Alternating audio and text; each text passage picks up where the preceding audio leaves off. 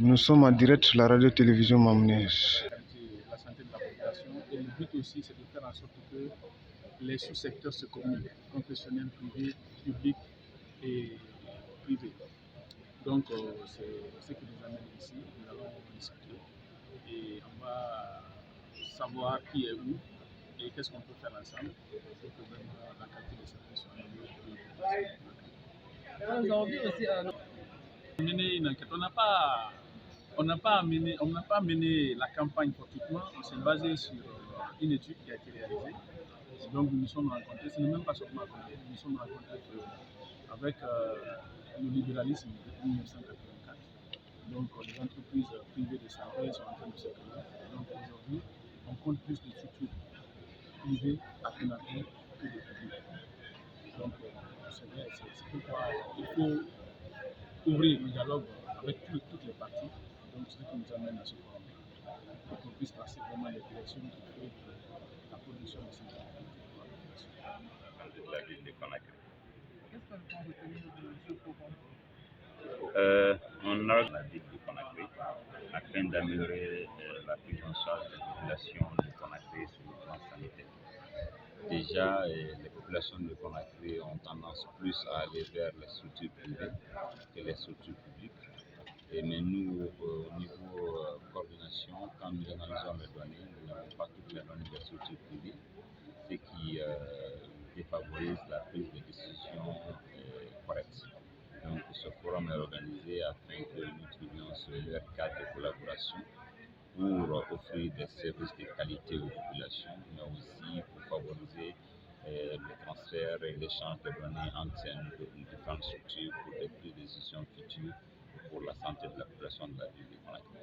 Et par le ministère de la Santé à travers la direction régionale de la santé de la ville de Conakry, avec le soutien financier de l'USAID qui a mis les moyens à disposition et d'autres partenaires qui vont prendre des consultants pour pouvoir capitaliser ce forum et l'institutionnaliser dans le bénéfice de la population.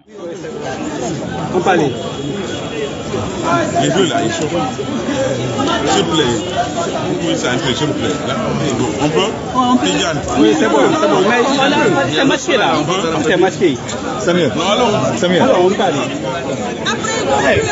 Nous sommes donc en direct du tribunal de Disney, délocalisé donc à la cour d'appel de Conakry où se tient le procès des massacres du 28 septembre. Cette audience de ce lundi a connu la suite des débats dans l'interrogatoire du colonel Claude Pivy qui a connu sa 6e comparution. Le procès avait pris à 10h24 minutes. Claude Pivy était à la barre donc à partir de 10h26. C'était donc la suite des débats, c'est sa 6e comparution. Ça n'a pas pris assez de temps. C'est son avocat donc qui avait la parole, qui lui a posé quelques questions de clarification et de précision, des questions donc il a répondu finalement. Après, c'était donc le président du tribunal a fait appel à l'autre accusé, capitaine Moussa Dadis Camara, qui était donc le président du CNDP au moment des faits en 2009. Dadis Camara donc est venu à la barre à 10h43 minutes. Et justement, le président du tribunal lui a demandé s'il souhaitait prendre la parole étant assis ou debout. Et justement, le capitaine a pris la parole pour exprimer au tribunal qu'il ne se sentait pas bien, qu'il ne pouvait pas justement se prêter aux questions du tribunal, à moins que la loi lui oblige. Finalement, le tribunal lui a demandé de quoi il souffrait, un peu d'hésitation, puisque le président du tribunal a rappelé que lui, capitaine Moussa Dadis Camara, avait demandé donc à ce qu'on lui accorde 3 semaines. Donc ces 3 semaines lui ont été accordées, mais il dit qu'il n'est pas quand même apte à répondre aux questions justement du tribunal.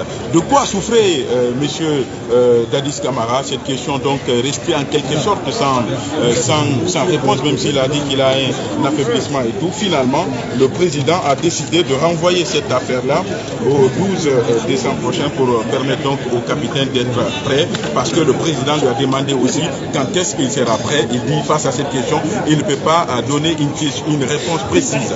Je suis entouré donc de 2 avocats. L'un, c'est maître Antoine Pépé Lama. Il est l'un des avocats du capitaine Moussa Dadis Camara. Bonjour. Bonjour, je rappelle que c'est Maître Pépé Antoine Lama. Maître Pépé Antoine Lama. Un des avocats du président Moussa Dadis. De l'autre côté, vous avez donc Maître Lanciné Silla. Il est l'un des avocats du commandant Aboubakar Diakité. Bonjour.